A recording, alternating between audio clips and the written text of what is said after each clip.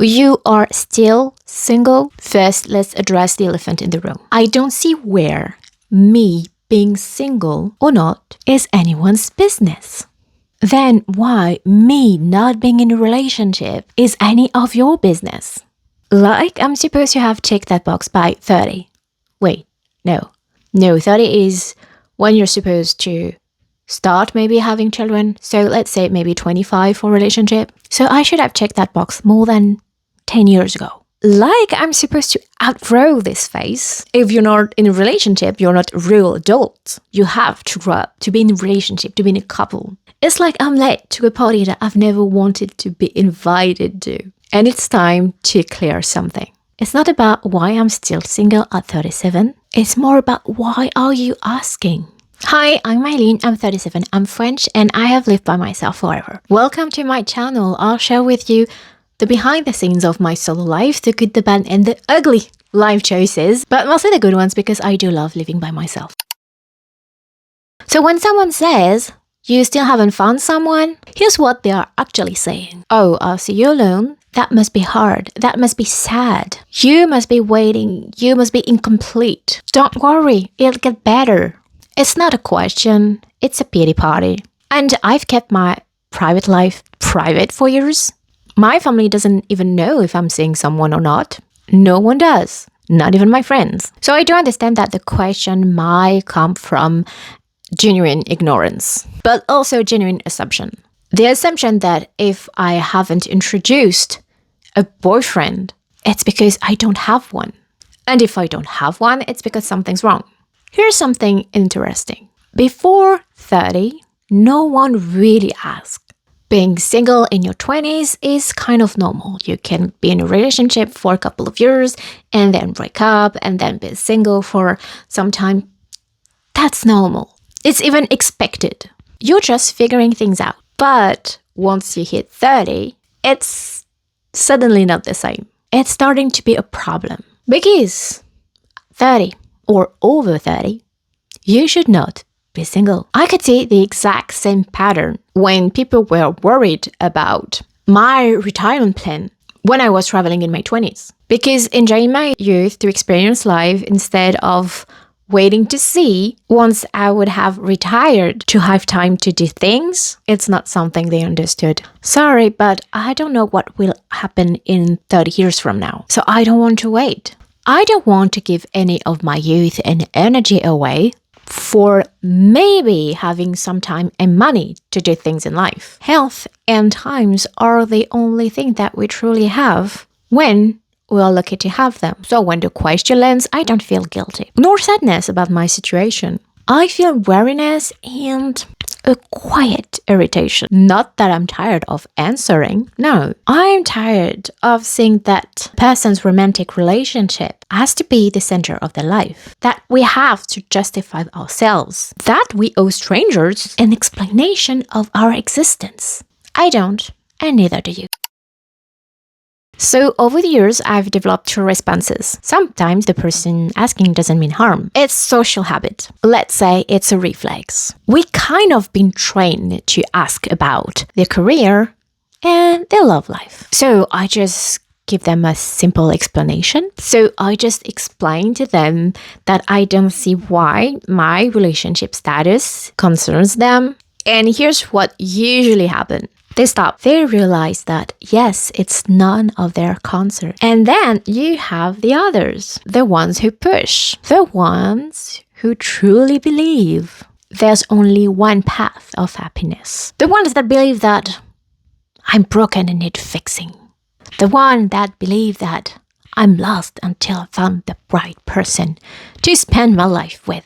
The ones who need me to feel wrong so they could feel right about their own choices. With them, I take a very different approach. I usually start with counter examples. I show them, factually, that a relationship is not essential to my life, not financially, not emotionally, not particularly. That I can do whatever they do as a couple by myself. And here's what I've noticed. The people who push the hardest are often the ones filling their own void with their relationship. They don't understand how someone who chooses to be alone and stay alone can be happy because they couldn't. They don't understand how I manage finances, family pressure, vacations, hard times alone because they've never tried. Or they never succeed. And if the person asking is a man, there is a strong chance, very strong one, that's the first follow-up question will be about my very intimate private life. To which my answer is always the same. That's none of your business and you wish you knew. Here's what I think surprised them the most. Not my answer, my life and all the things I do alone. I go to a restaurant alone. I go to the movies alone.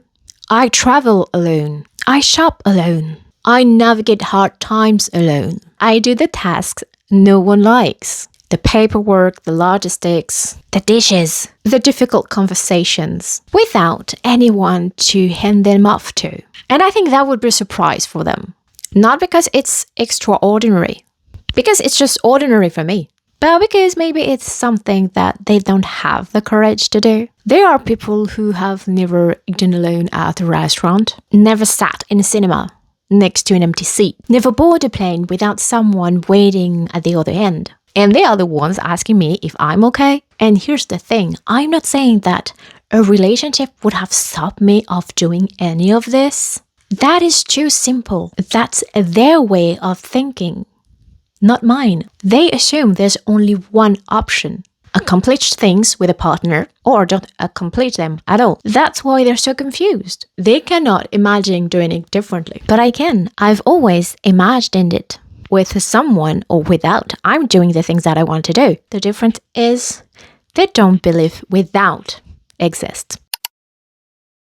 I find it sad for some people. Life only makes sense when it's lived as 2 or 3 or 4. And I'm talking about kids here. I find it sad that the summit of someone's existence is being in a couple. Not because being in a couple is sad. No, it's not. It's beautiful when it's right. But because if that's the ceiling of their ambition, if that is the biggest thing they can imagine for themselves, then we have very different ideas of what a life is for. Because I do not ask them, when was the last time you lived abroad? Oh, that's a shame. You don't speak multiple languages? And what's so fascinating about spending hours watching reality TV on your couch instead of building something bigger than a relationship? No, I don't ask because it's not of my business. Because those are their ambitions, not mine. So when they ask me why I'm still single, the question reveals more about them than it will ever about me. Other people's expectations do not mean happiness. They do not mean success. They are just expectations. They expect you to have the same goals as they do, because their goals are the epitome of success, of happiness, according to them. I'm 37. I've built a life, not around a missing person, but around myself. I've traveled. I'm writing books. I've rebuilt my mind and my career. I've done hard things alone. I've enjoyed beautiful things alone. And if someone joins that life someday, fine.